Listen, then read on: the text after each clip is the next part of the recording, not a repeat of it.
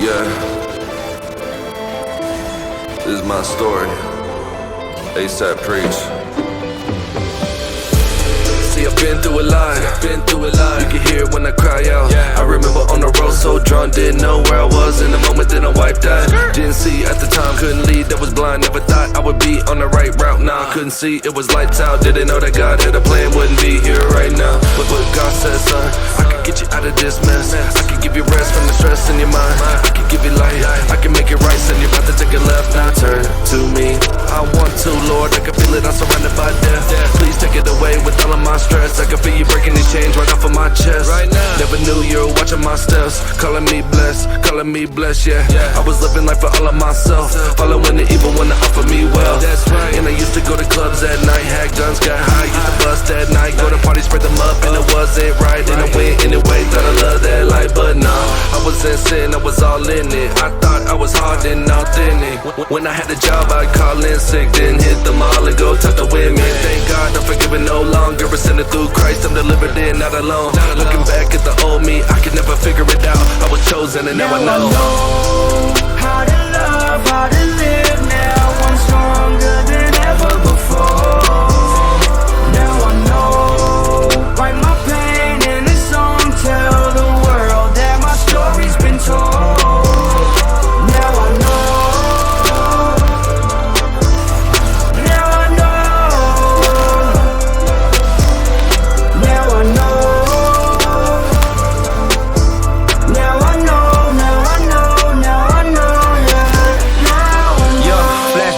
Trash and blues, Jack move, hit the gas and cruise. Used to act the fool, back then used to think I was tough. Like so what I have to lose? Let me have them shoes. Like it was cool to take a strap to school, like it was cool to take a sack to school. Before you had tattoos, I was rapping in the trap with woo. You disrespect me coming after you, we gon' capture you. The neighbors used to say them twin bad news. I see I told you they on late night news. On robbery suspect, apprehended, load a weapon of you. Go ask my mama if I'm telling the truth, I bet she tell you it too. They double trouble for real, I'm trying to say we stayed in trouble for real. Man, my brother was real, that's why I hurt when my brother got killed. And it's only been a couple of years, it's like I'm suffering still. I started flooding my tears and I could drown in the river I made. But bit in the phase, and when I pray, Jesus Christ is the way. And I forget my brother killer today, he's still living today. This how this ministry started, the way we came up out of the darkness. It's time for the harvest, and from the smallest to largest. Kingdom music, man, we hitting the hardest if you fitting the targets. That's why I hate the devil, cause I know he hate the Jesus in me. He can see it in me, and I don't want no reefer in me, and I don't want no evil in me. No, the seed is in me, born again, true believer to lead. I'm trying to win as many souls as I can, but I'm just one man. I understand it was all God planned. I understand now I'm in God's hands. Now I know how to love, how to live. Now I'm stronger than ever before. Now I know, write my pain in a song, tell the world that my story's been told. Now I know, now I know, now I know.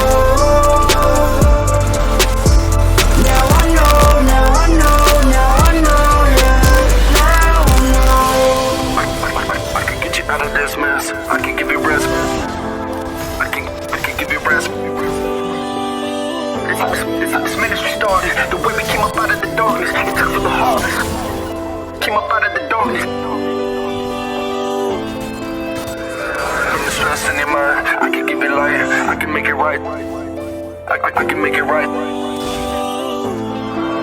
But I'm just one man. I understand it was all God planned. Understand now I'm in God's hands. Now I know how to love, how to live. Now I'm stronger than ever before. Now I know, write my pain in a song, tell the world that my story's been told. Now I know,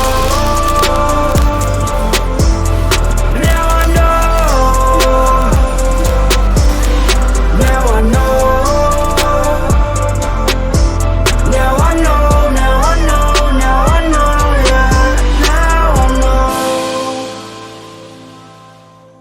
In 1980, I was a rough and ready kind of a guy. I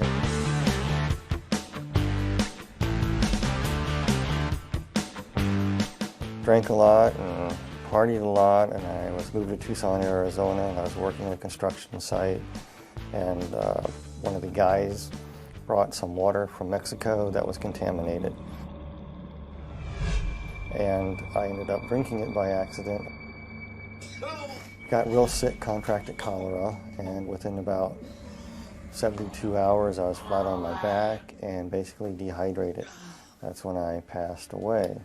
I noticed that when I passed on, that of course I wear glasses and I'm very nearsighted. I noticed that, first thing I noticed is that I wasn't wearing my glasses and I could see clearly across the room. And when I turned my head, I noticed that my body wasn't moving. And I was lifted right out of my body and hovered over my body, looking down at myself and looking around. And next thing I knew, I went through the ceiling of the room I was in, and I was transported into a very, very, very black, dark void.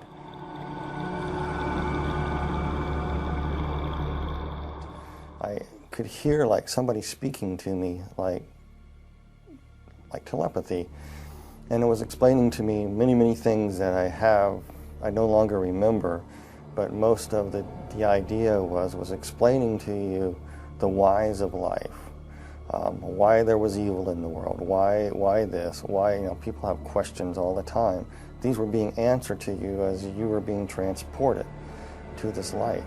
And time you got to where the light was, you knew what happened, you know what's going on. You know what happened, you died, you're going to be judged, and everything as you're traveling, it's made so clear to you that what's happening is perfectly just and right. Oh yeah, I was going through the darkness and I was approaching the light there, and I noticed that on this rock, it was a big huge boulder right out in the middle of this darkness, and there was a person sitting on a throne. And the individual that was sitting on it was emanating light, very, very powerful, bright light. And there was a love and compassion too, but also a firmness and fairness emanating from this person. And I'm going, who is this? And the basic question that was coming to me through this thought was, look what you have done with God's gift. It was actually Jesus was speaking this to me. He said, if I let you into heaven with what you know now, that I'm just, right, perfect, you would misuse that and keep sin alive in heaven. You can't come in. He told me it was granted to me to see a land unknown that's best forgotten, but will not be left unseen. That was it. And then he took out all these keys out of his robe, just pulled them out. And as he pulled them out, you could see the scar where the nails were kind of like in the wrist area, and they kind of pulled the bones apart. It's kind of traumatic looking. And he had these keys, and the keys were odd shapes and design. And he walked over to a place, and he stuck this key into this, looked like a gate. And a door opened. Then the veil came over, and it was dark again. I couldn't see it all. I could see it was the Lord. And I was being moved toward this door, and I went through that door into a void. I mean, a tornado vortex. It was just going round and round. It was a tunnel, spinning horrendously around, just roaring and roaring and spinning and spinning and spinning.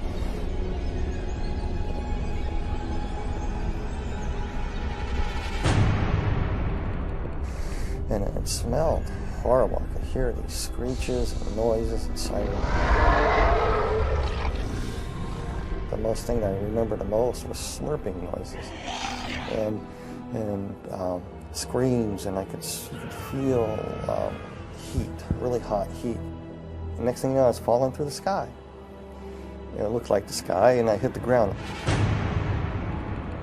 It kind of hurt, and I stood up, and I looked, and I go, where am I? All these people ran out. And some of them looked like people that were dead that I knew, and other people I knew that were not dead.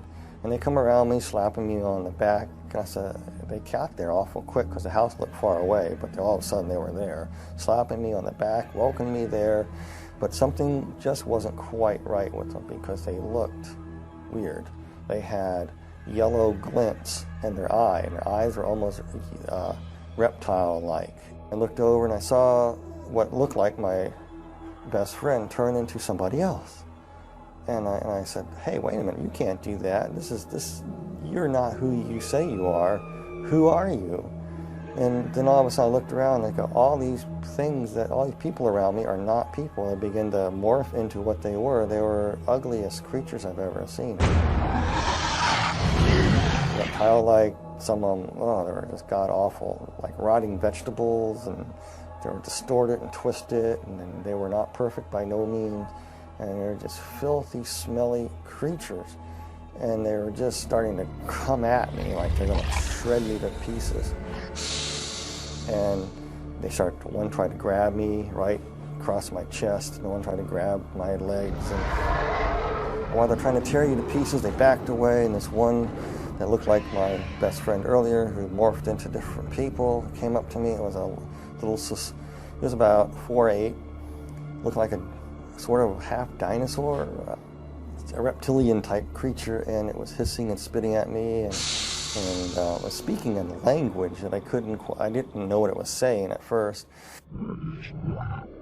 I was telling, and it was broken in English. It was telling me to come, follow it, follow it, follow it.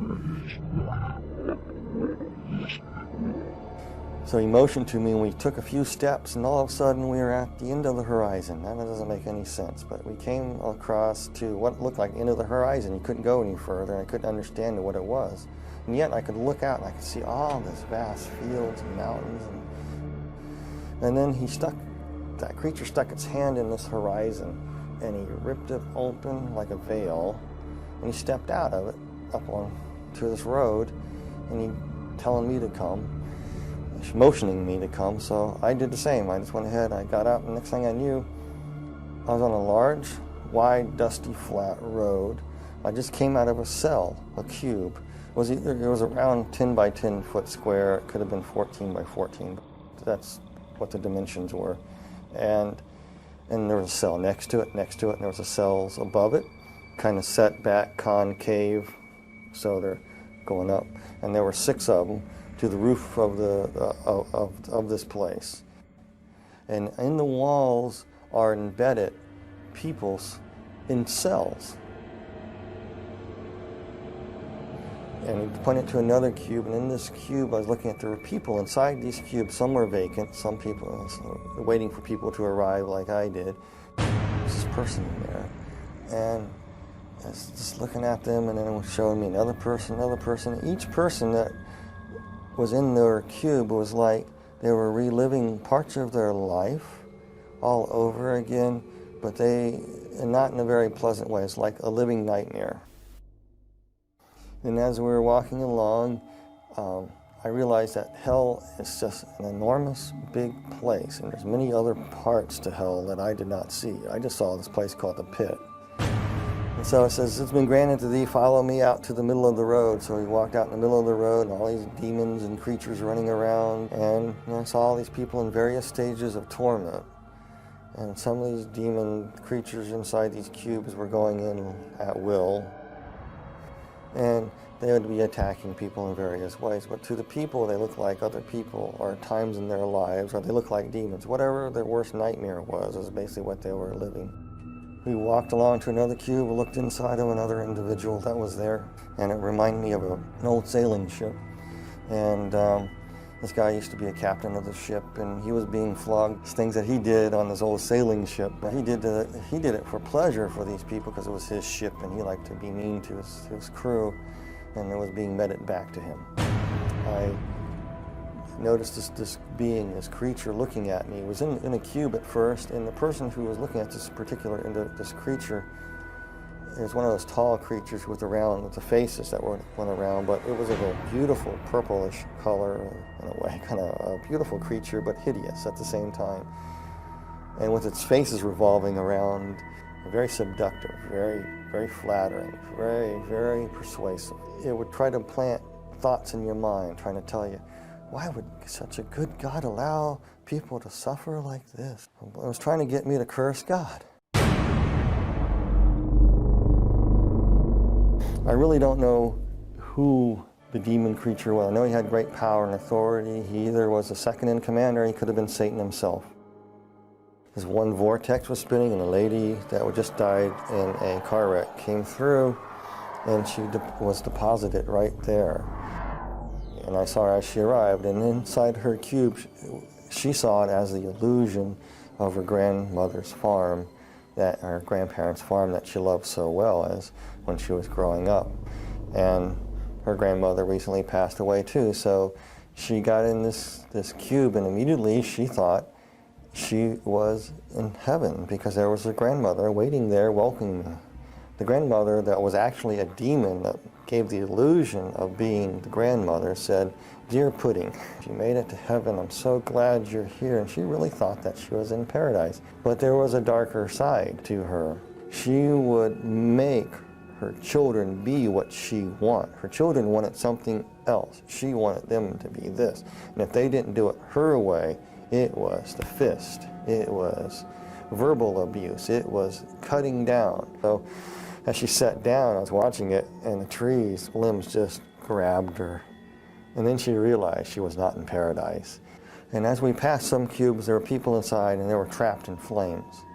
And it was like their skin was still intact, but they were burning. And there was an individual, and he was playing pool. And this guy was a child serial killer, but he lived in the 1940s. But he was in this pool hall playing this pool before the punishments would commence again. He thought he had a break. And then these people in there would torment him and come and run and just grab him and tear him up. And out of the sky, I could see this big demon coming down. It reminds me of a snake. He just gobbled him and swallowed him. Then all these other little demons came up and said, you know, that's no fair. We didn't have our chance with him yet. Regurgitated him back up. He was whole. I know this sounds really bizarre, but that's what happened.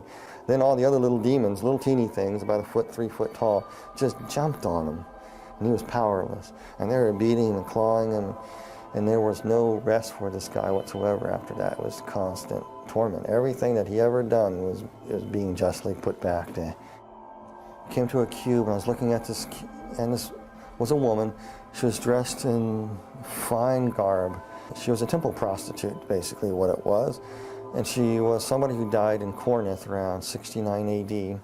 For a price, she would have a newborn son. For some reason, their religion was some strange thing. When you have a newborn son, you can offer it into a statue, and there's flames underneath the statue. You put the baby on the statue, and basically the baby would be cooked.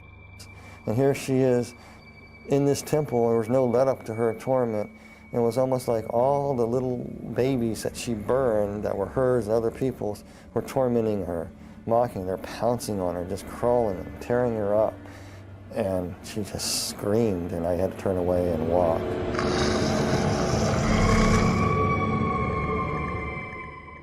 There was an individual that she practiced the black dark craft. She was a witch. I just knew that she was a witch, but she died many hundreds of years ago. But she was trapped in a coffin, scratching, trying to get out. She couldn't get out. She was in that position for years and years and years and years, hundreds of years. And then finally, when she got it open, all the demons would pounce on her. And I walked on to another cube. We looked in this other cube on this row, and there was another lady. And she believed that Mother Earth could save her. And then if she honored the trees and the rocks, and she was into this nature thing, and part of their religious practice that she would practice would be getting out in the fields and dancing around a fire with a bunch of other people doing the same. The people that she thought that she was with were actually demons, and they would come up to her and say, "You did this." They pick up a stone. You say, "The stone will save you here," and they smacked her with it. So she was standing there, and the demons reached down there and reached in her mouth, ripped out her tongue and part of her thing, and says, "You talk bad? Oh, the stones are not going to save you. Nobody can save you." Then they ripped off her, just actually took her skin and just peeled it off. It was really slow and agonizing to shreds until nothing to the skeletons. Then they took the bones and broke the bones, and she felt everything.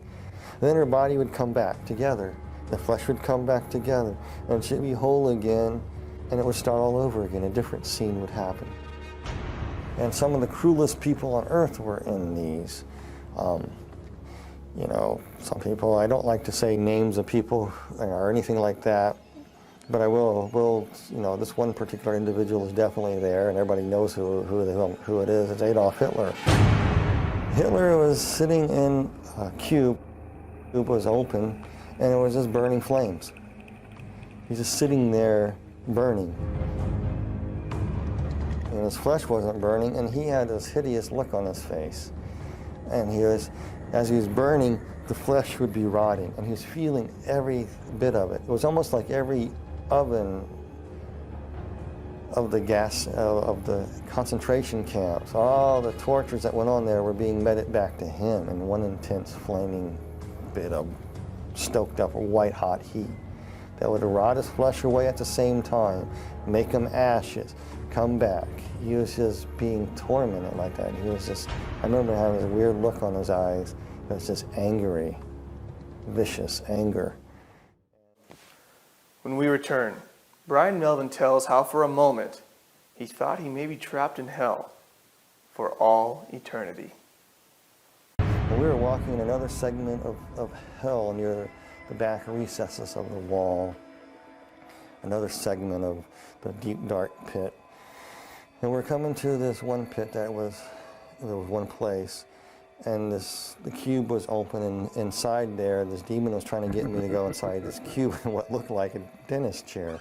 I'm not afraid of dentists at all, but this thing looked like a dentist chair to me, with all these hideous creatures in there trying to say, this is where you are going. And they want you in this cube here. And they were trying to get me in there. And I didn't want to go. And this part is very hard for me. Because you got to understand, you are so scared. And this whole time you're there, you're just saying, Jesus Christ, Jesus Christ, Jesus Christ. By that time, I was probably saying Jesus Christ so fast, Jesus Christ so fast, that it was a blur. That's all I can say. They wanted me in this cube, and I was scared. I didn't want to go in this thing. And like I said, throughout the whole time, you felt a connection with somebody from above, the Lord. And then all of a sudden, you could feel something coming for you. I was so petrified, I couldn't distinguish what it was. You could feel the footsteps walking behind you, and the ground thundering. And as it closer, whatever it was walking behind me, and I was too scared to turn away to see who it was, because I didn't want these things to rush me and grab me. And all of a sudden, they started coming toward me. And then the presence got right behind me, and they all scattered. And that purplish, big, tall, demonic creature, the regal creature, kind of backed slightly away and kind of bowed and kind of walked out, just kind of slithered on into the mist, into the darkness of hell. And the Lord was carrying me up.